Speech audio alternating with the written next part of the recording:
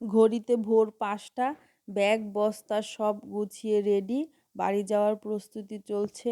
গত ২ দিন যাবৎ আমাদের বাসায় বাড়ি যাওয়ার প্রস্তুতি। বাচ্চাদের স্কুলের পরীক্ষা শেষ, ডিসেম্বর মাস, এখন সবাই ফ্রি আছি।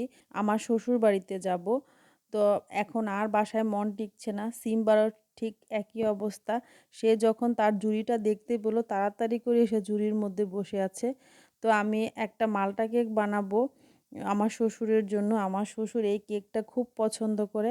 একটা না ২টা বানিয়েছিলাম, আরেকটা তো আমি আর আমার নাতি মিলে সাবার করে দিয়েছি। এই যে মালটা কেকের ফাইনাল লুক। আর আমার শ্বশুরের জন্য নিয়েছিলাম ২টা মাছ। এখানে আছে একটা বোয়াল মাছ আর একটা রুই মাছ। এই বোয়াল মাছটার ওজন ছিল প্রায় ৪.৫ কেজি ওজন, আর রুই মাছটা ছিল প্রায় ৩ কেজির মতো। তো আমার শ্বশুর বড় মাছ খুব পছন্দ করে। বিসমিল্লাহ বলে আল্লাহর নাম নিয়ে বের হয়ে গেলাম আমরা। তো নিচে গাড়ি অপেক্ষা করছে। আজকে বাহিরে অনেক বেশি কুয়াশা ছিল, তারপরও দেখি রাস্তার কি অবস্থা। খুব ঠান্ডা বাতাস ছিল। তো আমরা বের হয়ে গাড়িতে উঠলাম। আর সকালবেলা ঢাকা শহর এত নিরিবিলি শান্ত, মনে হয় যে অচেনা কোনো শহরে আছি। এখন অল্প অল্প রৌদ্রও দেখা যাচ্ছে, তারপরও অনেক বেশি ঠান্ডা বাতাস ছিল বাহিরে।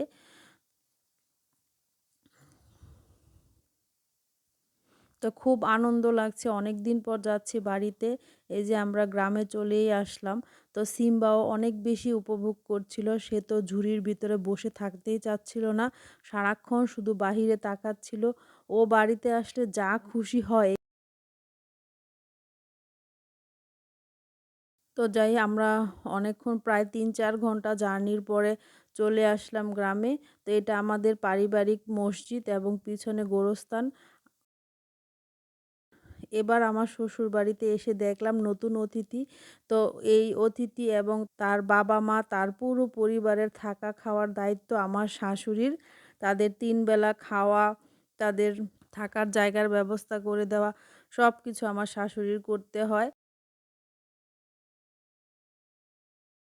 আর এই যে উঠানে বসে মাছগুলো কাটছিলাম রোদে বসে। আমার শ্বশুর তো সারাক্ষণ আমার পাশে বসেছিল আর অনেক গল্প করছিল।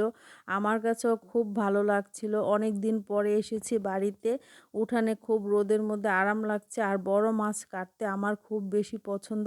বাবা তো এত খুশি হয়েছে, বারবার জিজ্ঞেস করছিল মাছটার ওজন কতটুক, কত টাকা নিয়েছি, খুব খুশি হয়েছে। তো আমি সাথে সাথেই মাছগুলা কেটে ভেজে দিয়েছি গরম গরম ভাতের সাথে খাওয়ার জন্য। আর সিম্বা যে কি খুশি হয়েছে, এই যে দেখেন, ওর ভাব দেখলেই বোঝা যায় যে ও কতটা খুশি হয়েছে। তো সবাই ভালো থাকবেন এবং জানাবেন আমার আজকের ভিডিওটা আপনাদের কাছে কেমন লেগেছে। আল্লাহ হাফেজ।